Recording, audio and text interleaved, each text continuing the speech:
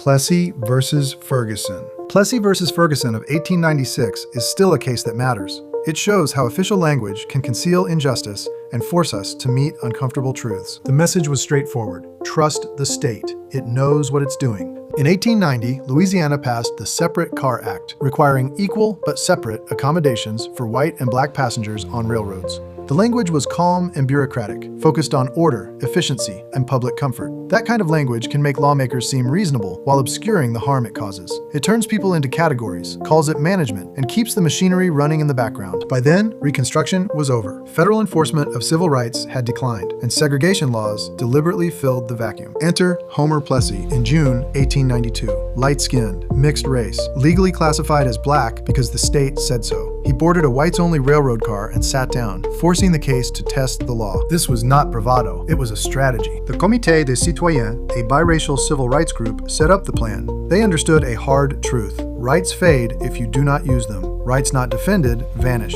The state never gives them back willingly. The courts, predictably, got in line. Judge John Howard Ferguson brushed off Plessy's 13th and 14th Amendment arguments without much fuss. The Louisiana Supreme Court agreed, leaning on the vague idea of police power, a doctrine that lets governments regulate almost anything when they invoke public order with enough force. Here, that doctrine supplied the legal cover for segregation and gave the state broad control over daily life. Segregation, they said, was a reasonable regulation of commerce. Nothing personal, just business. They also relied on Northern precedents, showing that Jim Crow was not only a Southern practice. The theory was national. By the time Plessy got to the U.S. Supreme Court, the argument was clear. Forced segregation marks people with a badge of inferiority, which clashes with equality before the law. This was the core legal takeaway. Not a radical claim, but a basic fairness argument that put individual dignity above state labels. On May 18, 1896, the court issued a 7-1 decision. Justice Henry Billings Brown's majority opinion twisted itself into knots. Legal equality? Sure. Social equality? Not their problem. He claimed the Constitution protected only the first, not the second. If the law looked balanced on paper, that was enough. If segregation felt humiliating, he treated that as a social matter, not a constitutional one. Only Justice John Marshall Harlan refused to go along. Alone and frustrated, Harlan's dissent still offers hope and shows why standing up to injustice is vital.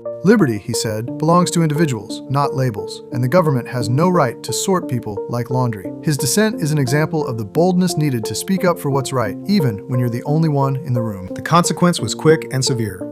Plessy became central to decades of segregation, discrimination, and official hypocrisy. Separate but equal helped sustain inequality for years. In 1954, followed by civil rights legislation, wrestled into existence through protest, litigation, and blood to finally drive a stake through the doctrine. Plessy matters because it shows a hard truth. Injustice usually arrives with paperwork, footnotes, and long explanations that everything is fine. Be skeptical of authority and claims of neutrality, and it offers a quieter hope. Principled resistance can outlast bad law, even when it loses in the short term, because it shows how easy it is to confuse what's legal with what's right, and official power with real legitimacy. The Constitution matters only if we judge laws by what they actually do to people, not just by how nice they sound on paper. Anything less isn't neutrality, it's surrender.